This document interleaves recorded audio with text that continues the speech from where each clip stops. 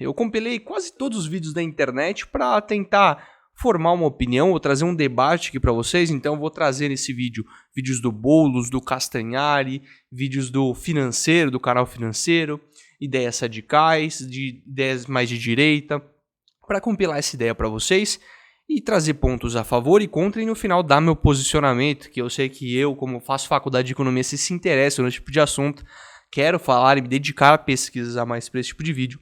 E claro, eu queria divulgar esse microfone novo, maravilhoso que eu comprei. Então eu corri para fazer esse vídeo e é um assunto que está muito em alta, né? Eu acho que teve dois fatos muito relevantes que trouxeram à tona de novo esse debate que é antigo e a situação atual que a gente vive levou de volta esse debate. E recentemente a gente teve uma moça chamada Alexandria Ocasio-Cortez que ela vestiu um vestido, eu vou botar aqui na tela para vocês, que tinha escrito Tax the Rich, taxa os ricos.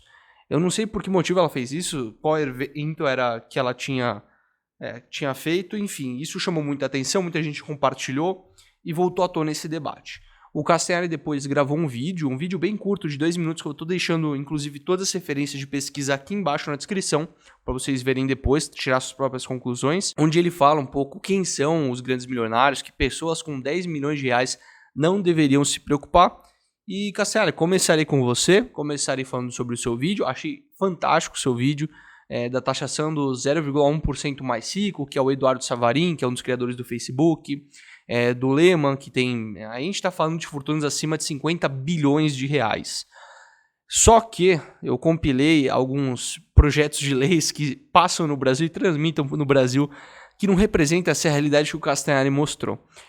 E eu vou falar da minha opinião no final, senão eu vou acabar correndo aqui com o que eu quero falar. Bom, então ele basicamente fala da importância da taxação para grandes, e assim, quando eu falo grandes, é gigantes fortunas. Ele, na verdade, é um vídeo mais questionamento. Por que a gente não taxa? Ele não entra em detalhe de fuga de capital, é um vídeo bem curto mesmo, que ele só ilustra quem são os mais ricos do Brasil e como as pessoas mais pobres, assim, e quando eu digo mais pobres, é assim, abaixo de 10 milhões de reais, não deveriam se preocupar com isso. E é isso que a gente vai discorrer no vídeo de hoje, com embasamentos criados por outros influenciadores políticos, e a gente vai começar com Guilherme Boulos. Guilherme Boulos, que é filiado, se não me engano, do PSOL, ele tem essa pauta, inclusive o PSOL ele tem um projeto de lei de taxação de grandes fortunas, que inclusive eu tenho aqui e eu separei ele aqui bonitinho para vocês. Primeiro, o Boulos ele fala no vídeo dele, que eu estou deixando aqui na descrição, que seria ideal taxar 1% dos mais ricos do Brasil. Então o Boulos ele discorre que seria ideal a taxação dos 1% mais ricos e ele diz, claro, um projeto mais político dele, taxação para salvar vidas. Ele dá o motivo dele principal por causa da pandemia que a gente vive hoje, deveriam se taxar mais os ricos para poder devolver em projetos e benefícios para a sociedade que estão passando. E assim, a lógica do vídeo dele é super, assim, não há contra-argumentar, porque é uma situação óbvia que a gente vive hoje. Os ricos vão ficando mais ricos, enquanto os pobres vão ficando mais pobres, e o que eu quero dizer com isso, principalmente com a pandemia? Com a pandemia, claro, os serviços básicos ali, o sorveteiro do lado da rua, pequenos negócios fecharam, e acontece isso, os pobres ficaram muito pobres e aumentou muito a desigualdade. E os ricos ficaram mais ricos, por quê? Com a queda de valorização de várias ações, de vários negócios, os ricos que tinham poder aquisitivo puderam comprar esses negócios a preços mais baratos e vão ter ganhos maiores no futuro, e é o que já está acontecendo. Eles puderam comprar imóveis, pequenos negócios e acumular isso para gerar mais patrimônio. Então, a solução ideal, segundo Guilherme Boulos, eu não estou falando se é certo ou errado, eu vou deixar isso para falar no final do vídeo, seria a taxação dessa grande massa que ganhou mais dinheiro durante a pandemia, para então devolver para os mais ricos. Isso já não acontece? Pô, seria tão intuitivo e lógico fazer isso para algum leigo em economia? Seria muito lógico, uma solução simples. Só que hoje o imposto, pelo menos o maior imposto que é pago, é o imposto sobre consumo. O imposto sobre consumo ele está no arroz, no feijão, em todos os alimentos e serviços que a gente consome hoje. Isso ela vai afetar proporcionalmente os mais pobres do que os mais ricos. Porque os mais ricos, um pacote de arroz custa bem menos do que o mais pobre, proporcionalmente, estou falando. Então, para um cara que tem uma renda de 1 milhão, um pacote de arroz é muito mais relevante ali no budget dele do mês a mês do que para um pobre que ganha um salário mínimo, por exemplo. Então, isso é um ponto a ser levado a sério. Imposto sobre consumo normalmente não é uma boa opção e é uma opção que a gente traz aqui no Brasil hoje. E é o que ele fala, então a maior carga dos impostos estão sobre o consumo e não sobre a renda da pessoa. Então, essa seria uma argumentação dele. E ele fala aqui que alguns países, como a Suíça, a Noruega, e a França, a Alemanha, a Argentina e Colômbia já fazem isso. Ele fala no vídeo, ele não fala se foi bem sucedido ou não, inclusive de dois desses países aqui, a Argentina e a França inclusive voltou atrás um pouco nas medidas que eram mais taxativas, voltaram um pouco atrás, e a Argentina está tendo sérios problemas com a taxação de grandes fortunas, que a gente vai discorrer mais à frente, mas só para validar se esse ponto é real ou não é real que ele está falando no vídeo dele. Depois, ele fala que está prevista na Constituição de 88, mas nunca foi implementado. Fui ver a Constituição e vi lá, no inciso 7º, no artigo 153, realmente estava previsto a taxação de grandes fortunas. Então, pela Constituição, a gente pode fazer isso. E, por fim, ele dá outra sugestão, além dessa taxação, teria que ser taxado os lucros de dividendos, que apenas o Brasil não faz isso, mas é claro, tem o Brasil, Letônia e Estônia, se eu não me engano. Então, realmente, assim, no Canadá, se não me engano, era 39%, eu não lembro exatamente, de taxação sobre dividendos. Então, você começa a ver um pouco da realidade brasileira e como uma reforma tributária seria tão essencial. Bom, vou dar minhas opiniões no final, que eu estou me segurando aqui. Vou falar agora do canal financeiro, que é da Nilce Moreto, do Leon. Ela criou um canal super bom e super embasado de investimentos e tudo. E acho que o vídeo dela, de todos que eu vi, foi um dos mais completos e mais imparciais. Por incrível que pareça, eu achei bem imparcial o conteúdo deles. Então, o que eles vão falar? Eles vão dar vários contextos. O contexto da situação que a gente vive hoje, né? A gente tem uma diminuição na arrecadação, porque menos negócios fecharam, pessoas tiveram menos renda, então elas pagam menos imposto, consomem menos, então diminui a arrecadação de impostos.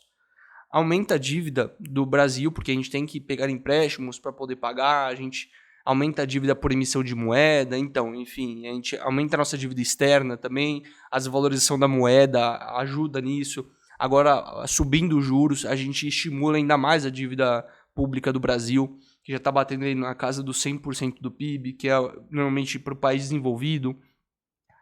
E fala também dos aumentos das desigualdades e que os bilionários ficaram mais ricos e os pobres ficaram mais pobres. Eu expliquei isso, por que acontece isso.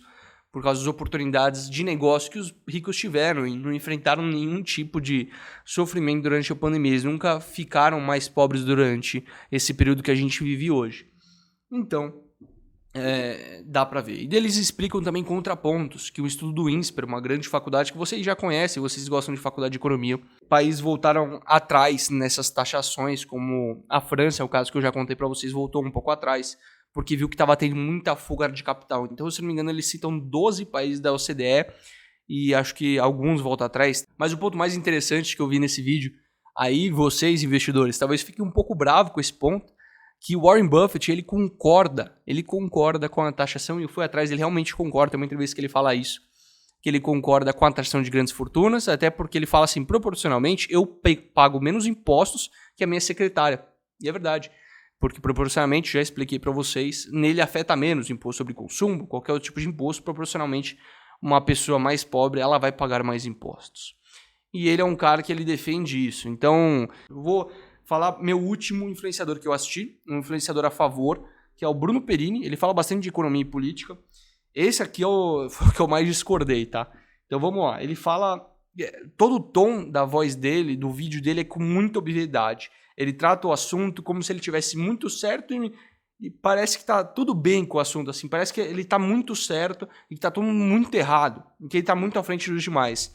Eu discordo muito desse tipo de abordagem porque não é um assunto fácil de se tratar. Não é simplesmente uma solução simples, nem uma não solução simples de ser refutada. Então, desse tom de voz que ele passou, que ele é totalmente contra, eu senti um tom um pouco de, assim, uma falta de humildade, de olhar para trás e falar assim, puta, por que estão solucionando isso? Parece que falta uma empatia com o povo, com a parte social nossa de distribuir riquezas, né? Eu entendo o ponto quando a gente fala, eu vou deixar para falar no final, meu Deus, eu tô ansioso para falar do meu. O que o Bruno Perini falou?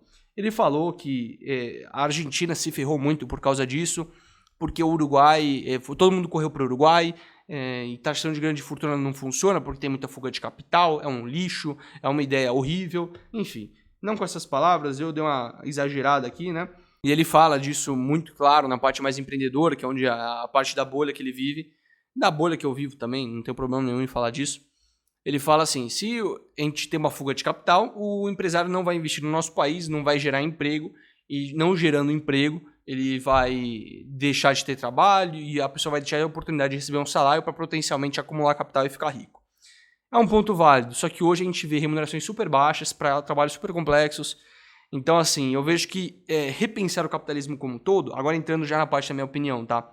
Repensar o capitalismo como um todo, como essa sociedade de paga pelo serviço, eu acho que não repensar a parte mais socialismo e comunismo, mas repensar como um todo o capitalismo mais sustentável para a nossa sociedade como um todo seria super benéfico, tá? E nesse ponto, agora eu vou refutar, entrando na minha opinião, e que ele fala da fuga da Argentina para o Uruguai. A Argentina, de fato, implementou um programa de taxação de grandes fortunas e, de fato, teve uma fuga de capital para o Uruguai. Só que uma coisa ele não contou, o Uruguai também tem taxação de grande fortuna. Também tem. A grande questão é que eles têm uma taxa menor. E por que esses argentinos não vieram para o Brasil, que não tem taxação de grandes fortunas, não é mesmo? Não vieram, foram para o Uruguai. Engraçado, não? Então a gente vai discorrer um pouco. Junto com a minha opinião, eu separei aqui os países e como eles fazem toda a taxação de grandes fortunas deles. Noruega e Suíça. Noruega e Suíça, desde 1960, eles têm uma taxação de 0,7% ao ano, tá? A partir de, em reais, né? Quase 1 milhão de reais, 1 bilhão de reais, desculpa. Aproximadamente 1 bilhão de reais que eles têm essa taxação. Então, são basicamente 15 mil contribuintes e representa só 0,5% do PIB, que é um valor super pequenininho. E na Suíça são progressivas de 0,3% a 1%. São taxas bem pequenininhas, tá? Perto da média. Na França, a alíquota ia de 0,5% a 1,5%. Mas eles retraíram um pouco, eles agora só aplicam para quem tem isso em imóveis, enfim. Mudou uma patifaria ainda lá. Eles têm uma cobrança de imposto que excede 75% da renda individual declarada. Realmente existiu muita fuga, porque a taxação era muito alta e muitos empresários ali foram para a Rússia, para outros países ali do leste europeu que tinham taxações menores, tá? Depois a Alemanha desde 97 tem isso e decidiu encerrar essa cobrança. Então, Boulos, atualize seus fatos, a Alemanha decidiu encerrar e ele só tem hoje o imposto de renda normal como o Brasil. Uruguai, então o Uruguai há 31 anos que eles têm taxação sobre grandes fortunas. Por essa ninguém esperava, não é mesmo? A taxação varia entre 0,5% a 1,5%. E até para empresas pode chegar a 2,8% de taxação. Na Colômbia também tem. Na Colômbia, um vizinho nosso, 2002 foi criado, 2014 foi reformulado. A alíquota varia de 0,125% a 1,5%. E esse valor aí... E a arrecadação também representa super pouco por cento do PIB, que é 0,66%. Temos outros países como Itália, Bélgica, Holanda, que produzem ali desde 0,2%, 0,15% a 1,68% respectivamente, tá? Não é uma taxa muito grande. Então, o que eu tenho para falar disso, né? O que eu tenho para falar disso? Primeiro, eu acho que o jeito que é implementado é muito importante. Se você bota uma taxa, então a gente vai voltar aqui para a Argentina, tá? A Argentina, ela cobra uma taxação de 2,25% a 5,25%. É uma taxação maior do que a do Uruguai. Então, quem está na Argentina vê o país vizinho taxando menos, ele vai para lá. Obviamente, isso vai acontecer. Independente, se você taxar a grande fortuna só no Brasil, empresários vão querer abrir empresas em offshore, empresas que têm menor taxação de impostos, isso é super comum, vai acontecer, não tem como renegar isso. Então, eu falo assim, do jeito que eu imagino que deveria ser taxado no mundo ideal. Só que a implementação disso não é tão trivial. Não é só chegar e botar uma taxação que nem a Argentina fez, muito maior do que a média dos outros países, que você viu que está entre 0,2% a 1,68%. Eles já começaram com um teto de 2,25%. Então a implementação, eu imagino que o FMI até recomenda que isso faça, seja uma implementação global. Que não dá para se ter fuga se todos os países estão cobrando, não é mesmo? Mas é claro que vai ter um país ou outro, El Salvador, país como o Panamá, que não vai cobrar, que não vão cobrar. E é super normal que isso ocorre. Mas você pega grandes empresários que querem contribuir, que têm noção dessa disparidade, desigualdade, como o Warren Buffett, que foi um exemplo que a gente usou aqui, ele tem noção que a vida dele, ele tem mais dinheiro do que ele precisava ter, então ele não teria problema nenhum em pagar mais impostos. Isso não teria problema, eles têm essa noção, eles não são tão... Nossa, eu vou economizar cada centavo aqui para poupar esse dinheiro, que não é necessário. Então, ter tanto uma comunicação para os investidores brasileiros, a gente está taxando por isso, isso e isso. deixar isso muito claro para eles, ser um imposto ali que seja cobrado, deixe muito claro o que está fazendo com o seu dinheiro. Porque, claro, pô, você vai cobrar isso no Brasil, onde tem diversa corrupção, você não vai ver, o contribuinte, né, o bilionário que está pagando, ele não vai ver. Ele não vai ver para onde esse dinheiro está indo, é muito obscuro para ele, provavelmente está sendo através de corrupção, através de lavagem de dinheiro que está rodando ali. Então, se deixar muito claro, se tivesse uma comunicação muito assertiva do governo em falar o porquê eles estão fazendo isso, para onde esse dinheiro está sendo destinado, um programa muito claro que 100% desse dinheiro contribuído está sendo destinado para programa de renda extra, renda básica para a população, ia ser fantástico. Ia ser uma baita solução para nossos problemas hoje. Só que a gente vê na prática, não é tão simples, né? Não é tão simples o governo chegar lá, fazer uma propagandazinha, ligar lá pro Eduardo Savarin, criador do Facebook. Ó, a gente já tá achando por isso e isso, tá bom? Existe um laço de confiança muito grande que nos Estados Unidos existe e aqui no Brasil ainda não existe entre essas pessoas. E é muito mais fácil no Brasil você cutucar os mais pobres e botar um imposto a mais sobre consumo, um imposto que afeta muito mais o pobre do dia a dia do que acertar na nova bolha, nos ricos, porque eles são os decisores, eles são os formuladores de opinião, eles são os caras que estão investindo no governo. Então existe um conflito de interesses muito grande, o que fala assim, eu não imagino esse projeto passando... Talvez nunca. É muito difícil. No Brasil, onde tem várias instituições coligadas que estão extremamente correlacionadas, eu acho que é como se fosse inviável. Eu não consigo ver. Só se fosse um governo muito transformador, revolucionário, que entrasse no poder e, de fato, mexesse nos privilégios das pessoas. Esse meu papo tá soando muito comunista, tá? Bizarro, assim. Se eu visse esse vídeo há 5 anos atrás, eu acho que eu ia hatear aqui pra caramba. Mas vamos lá. Vamos às propostas. Vamos às propostas, não é mesmo? Refutar o Castanhari lá do começo do vídeo, que falou que 10 milhões é pobre, perto da taxação. Então eu peguei aqui no site da Câmara dos Deputados mesmo, na parte de senadores, etc., aqueles sites do governo, eu deixei tudo linkado aqui para vocês. De todas as propostas que existem, são atualmente 37 propostas de taxação sobre grandes fortunas. Entre elas vão variar entre 0,3% a 5%. 5% é perto da Argentina, tá? Que é a maior hoje. Então, você já vê onde a gente quer ir. Mas aí a gente vai ver, para quem vai ser cobrado? A partir de quantos milhões aí, quantos bilhões vai ser cobrado? É realmente o que o Castanhari falou no vídeo dele? É a pontinha do iceberg, 0,01, 0,1%? Vamos ver se isso é verdade. Então, vamos lá. Nas propostas, o piso de investimento para o contribuinte vão de 2 milhões, que é a proposta do PSOL, 2 milhões de reais. Então não é muito, não é um absurdo assim dos bilionários. 2 milhões pode ser um brasileiro ali da classe média alta, comum, até as 50 milhões, que é uma das maiores, que é a do PT, como a do PSL, do PT, PLR, PSL. Então, isso realmente...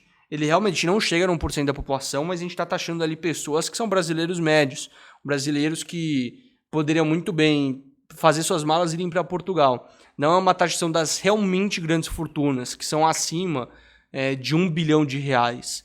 Que a gente tem, por exemplo, Silvio Santos, tem 1,9 bilhões de reais, como o próprio Castanhari fala. Então a gente tem que ver, porque isso vai afetar muito mais pessoas do que a gente imagina. Eu imagino com esse nível aí, talvez a partir de 50 milhões seria um pouco mais viável, mas a partir de 2 milhões eu acho que poderia realmente ter uma fuga muito grande. Mas, de novo, o jeito que é implementado, o jeito que é colocado, o jeito que é noticiado tudo isso é super importante. A transparência do governo em relação a esses impostos são super importantes. Primeiro, eu acho que existem outras trilhões de reformas tributárias a serem feitas, muito mais eficientes, que poderiam entrar no lugar do imposto sobre grandes fortunas, diversas. O IVA, tirar imposto do consumo para aumentar, diminuir o preço dos alimentos, diminuir o preço de todos os serviços que a gente consome hoje. Talvez a taxação de dividendos, acho que seria, obviamente, teria que acontecer, porque a gente está taxando ali empresas, tirar a isenção de empresas, de taxação de empresas que existem muito no Brasil em diferentes segmentos.